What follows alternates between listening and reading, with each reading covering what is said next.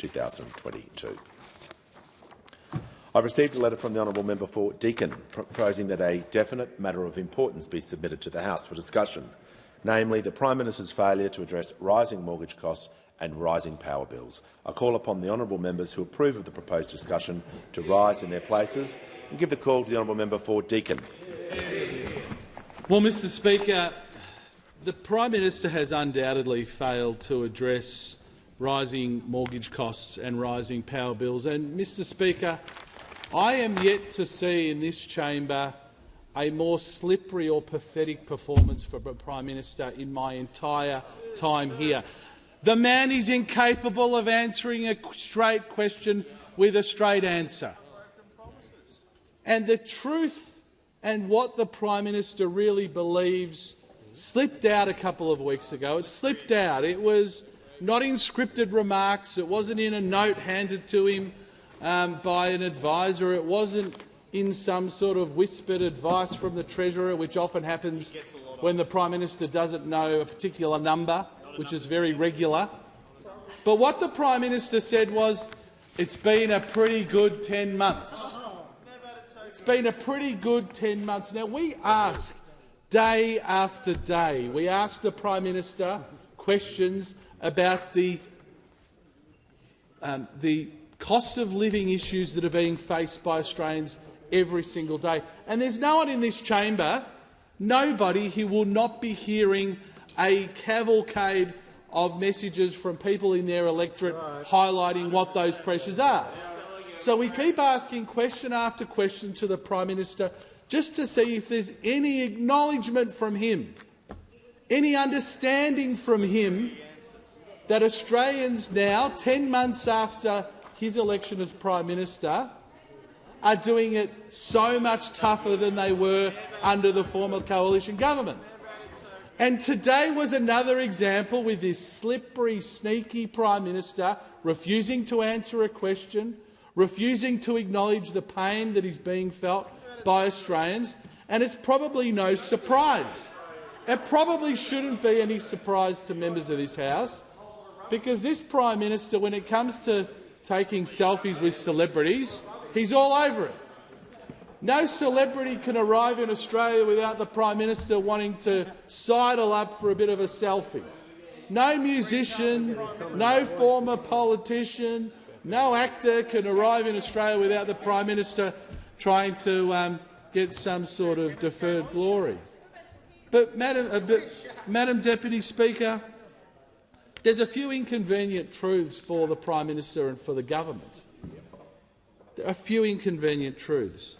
For a household with an average mortgage, and an average mortgage of $750,000, that's the average. Many in large capital cities will be a lot more than that.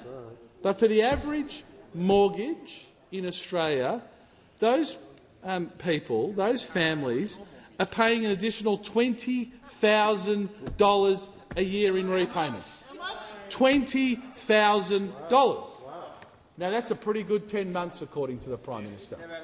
An extra $20,000 a year, or nearly $2,000 a month, is what every household with a mortgage has to find in order to meet their mortgage repayments. Now, this is coming from a Prime Minister who promised in his speech before the election that if he was elected, he would deliver cheaper mortgages.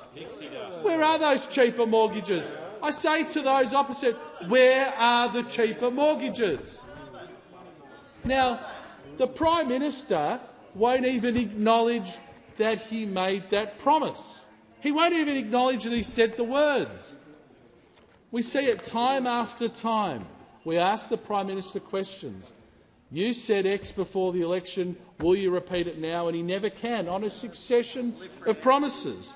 The most extraordinary of those is his promise 97 times before the election, not that he would keep power prices where they were, not that he would reduce the increased growth in energy prices, but in fact that he would reduce power prices by $275 a year. Now, I must say, most of us looked at that promise at the time and thought, when he made it the first time, was this a slip of the tongue? Was this realistic? Does anyone seriously think that he will be able to deliver power price reductions to households of $275 a year? But lo and behold, he went on and promised it 97 times. It wasn't a slip of a tongue. It wasn't an accident. It wasn't an unscripted, bumbling remark that we're very used to from this Prime Minister. He made that promise 97 times. Now, we get to post-election and we see the evidence coming out that, in fact, what we're going to do is, just with electricity, this doesn't include gas, just with electricity, we're going to see increases of up to 31.1% for households and 33.2% for businesses. So what that means for those in the gallery, what that means for someone in New South Wales, a household in New South Wales, that's an extra $564 a year, or $485 for someone in South Australia, $432 a year for a household in Queensland, or $426 a year in my home state of Victoria, where we'll have a by-election on Saturday in Aston. So the residents of Aston will pay an extra $426 a year when the Prime Minister promised on 97 occasions before the election that he would deliver reductions of $275. Now, we get to post-election and you wonder what the alibi could possibly be. When you've made a promise 97 times, what can the alibi be? Well, the Prime Minister came into question time one day. He hasn't repeated it since, but he said, well, the reason why we can't meet that commitment any longer is because of Russia's invasion of Ukraine. Now, again, I think people in the gallery might think, well, maybe that's a plausible explanation. The problem is the Prime Minister made that promise 26 times after the invasion, 26 times after we saw the consequence that that had for global energy markets. So we've got a slippery, sneaky Prime Minister with his pathetic performances in question time where he won't even acknowledge the promise he made. So if you're talking to households that are not only seeing $20,000 a year increases in their mortgages when they were promised cheaper mortgages, they're spending hundreds of dollars more a year on just their electricity. I note that in my home state of Victoria, I have constituents who have received notices from their gas supplier saying that their expected gas bills for this upcoming financial year will be $1,000 more. So $500 for electricity more, $1,000 more for gas, $20,000 more for your mortgage, and yet it's been a pretty good 10 months for the globe-trotting Prime Minister who likes to hang out with celebrities. We also see today, bizarrely, I have to say bizarrely, the Prime Minister coming in and the Treasurer coming in crowing about today's inflation figures.